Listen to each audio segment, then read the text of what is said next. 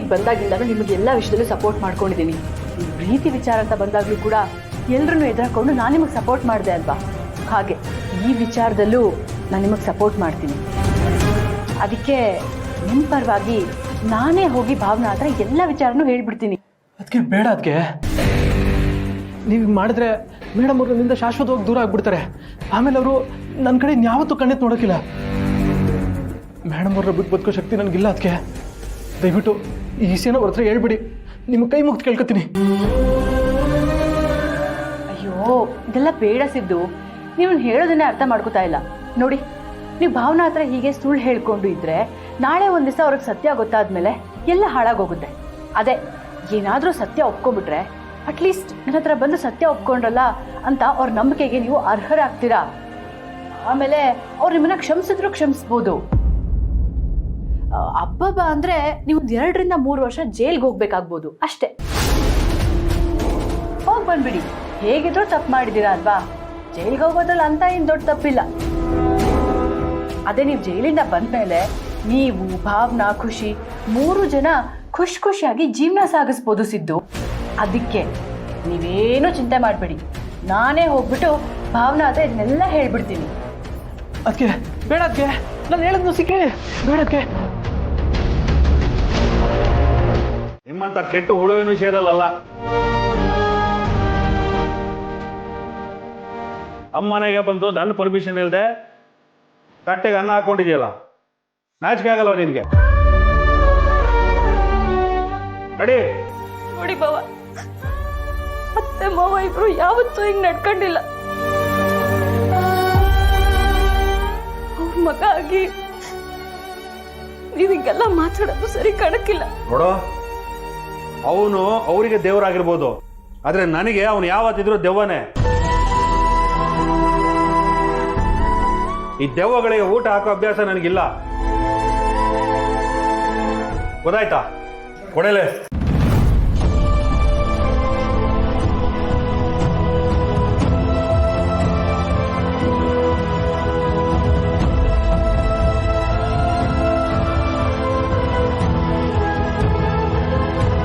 ನಡೀರಿ, ನಡಿಯ. ಕರ್ಕೊಂಡು ನಡಿಯ ಅಣ್ಣ.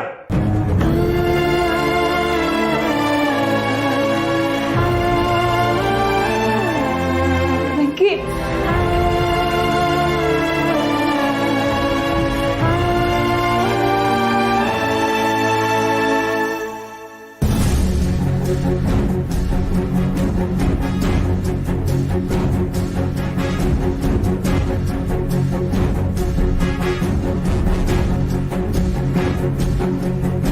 ಊಟ ಹಾಕದೇ ಇರೋದಕ್ಕೆ ಅವನು ಖಂಡಿತ ಇಲ್ಲಿರಲ್ಲ. ಹಸುವಾಗುತ್ತಲ್ವಾ, ಮನೆಗೆ ಹೋಗ್ಬಿಡ್ತಾನೆ. ನನ್ನ ಮಾತು ವರ್ಕೌಟ್ ಆಗಿದೆ ಅನಿಸುತ್ತೆ.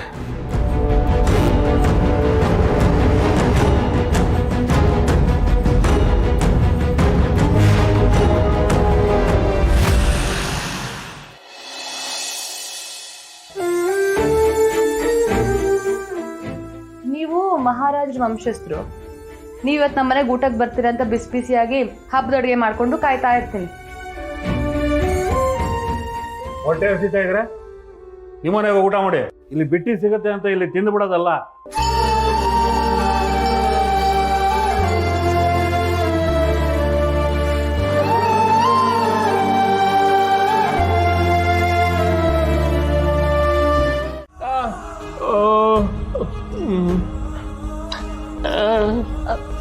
ಹೌದು ಜಾನು ಅವರೇ, ನೀವೀಗ ಜಾಸ್ತಿ ಯೋಚನೆ ಮಾಡಬಾರ್ದು. ಯಾವಾಗಲೂ ನಗ್ನಗ್ತಾ ಇರಬೇಕು. ಆವಾಗಲೇ ಅಲ್ವೇ ಮಗು ಬೆಳವಣಿಗೆ ಚೆನ್ನಾಗಾಗೋದು. ಅದಕ್ಕೆ ಮನೆ ಪರಿಸ್ಥಿತಿ ಹೀಗಿರುವಾಗ ಹೇಗೆ ನಗಕ್ಕಾಗುತ್ತೆ ಹೇಳಿ? ಮಕ್ಳಿಗೋಸ್ಕರ ಜೀವನೇ ಮುಡಿಪಾಗಿಟ್ಟಿರೋರು ಅವರು.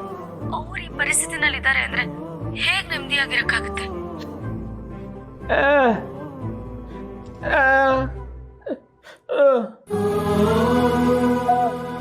ಅಪ್ಪ,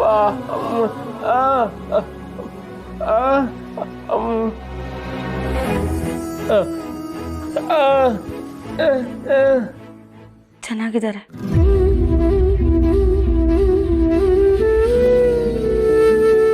ಅಣ್ಣ, ಊಟ ಆಯ್ತಾ?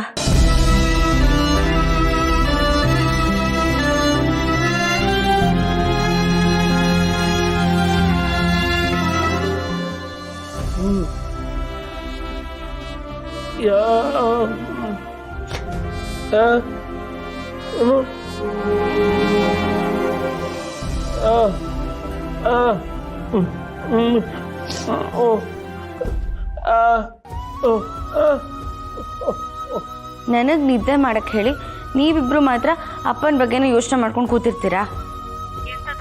ನೋಡಿ, ಅಪ್ಪ ಈಗ ಒಳ್ಳೆ ಕೆಲ್ಸಕ್ಕೆ ಹೋಗಿದ್ದಾರೆ. ಅಲ್ಲಿಂದ ಬರೋಷ್ಟೊತ್ತಿಗೆ ಇದೆಲ್ಲ ಸ್ವಲ್ಪ ಸುಧಾರಿಸಿರುತ್ತೆ. ನೀವು ಜಾಸ್ತಿ ಯೋಚನೆ ಮಾಡಬೇಡಿ, ಹೋಗಿ ಮಲ್ಕೊಳ್ಳಿ.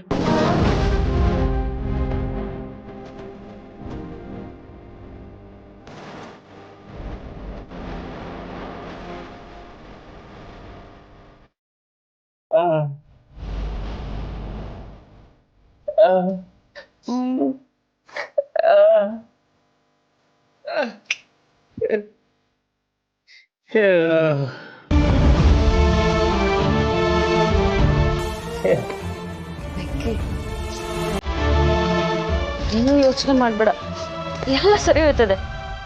ಧೈರ್ಯವಾಗಿರು.